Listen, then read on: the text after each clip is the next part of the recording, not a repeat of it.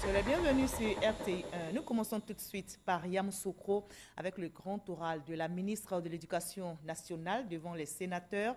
La ministre Kandia Camara, accompagnée de ses collaborateurs, a exposé sur les mesures prises par le gouvernement en faveur de l'école en cette période de crise sanitaire. Elle a évoqué notamment le téléenseignement qui a permis aux élèves de garder les cahiers ouverts pendant le confinement et les dispositions sanitaires prises dans les établissements. On en sait plus avec Kadès Sogodogo. Le Sénat reçoit la grande famille de l'école avec à sa tête la ministre Kandia Camara et le secrétaire d'État, Dr Brice Kwasi. La Chambre haute du Parlement, le Sénat, veut connaître les mesures prises en faveur de l'école dans le cadre de la pandémie du coronavirus. De nombreuses questions sont soulevées. Le patron du Sénat, Jano Aoussoukwadio, est dans son rôle de porte-voix. Aujourd'hui, l'école a repris sur toute l'étendue du territoire national depuis le 25 mai 2020. La nécessité de protéger les enseignants et les élèves a conduit le ministère à prendre des mesures, notamment la réduction de moitié des effectifs par classe et l'instauration de la double vacation afin de respecter les mesures de distanciation physique. Dans ce contexte, quelles mesures sont prises pour protéger les enseignants ainsi que leurs élèves? Les établissements scolaires disposent-ils de suffisamment de masques, de kits de lavage de mains pour assurer la sécurité sanitaire des enseignants et des élèves? Dr Brice Kwasi et tout un commando, tête pensante de l'école ivoirienne, sont autour de leur chef de file, Kandia Camara. Un récap est vite fait. 16 mars 2020, fermeture de l'école en Côte d'Ivoire.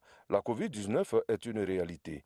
Plus de 6 millions d'apprenants sont obligés de rester à la maison. Des actions ont été menées durant cette période jusqu'à mon école à la maison, le téléenseignement. Nous avons pris l'option du téléenseignement pour maintenir allumée la flamme de l'apprentissage et de la formation. Grâce au numérique et à travers les canaux de communication, nous avons mis en œuvre un programme conçu pour la circonstance et dénommé « Mon école à la maison ». La production de capsules pédagogiques vidéo et audio destinées dès le départ à la RTI, mais que l'on poste au fur et à mesure sur la plateforme www.école-ci.online. Pour la réouverture qui a commencé par l'intérieur du pays le 8 mai, des dispositions ont été prises pour maintenir l'école à l'abri de la Covid-19.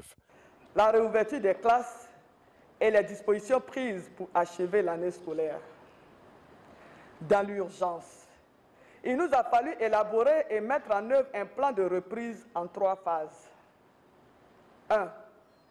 La mise en vacances des élèves du préscolaire dont le programme était pratiquement achevé. 2. La préparation des établissements scolaires à la réouverture. Et 3. L'achèvement des programmes et la préparation des évaluations finales.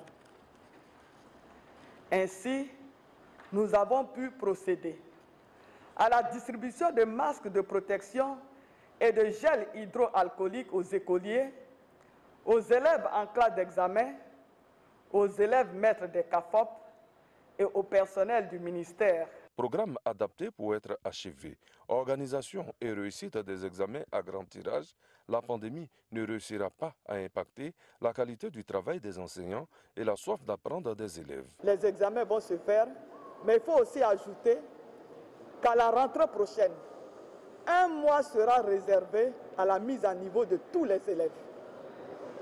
Voilà, ça c'est important aussi à préciser pour que nous puissions redémarrer l'année scolaire 2020-2021 à partir du mois d'octobre. Kandia Camara a profité de son passage devant les sénateurs à Yamoussoukro pour annoncer le début des cours via la télévision pour les élèves de 4e et 1er le 15 juin.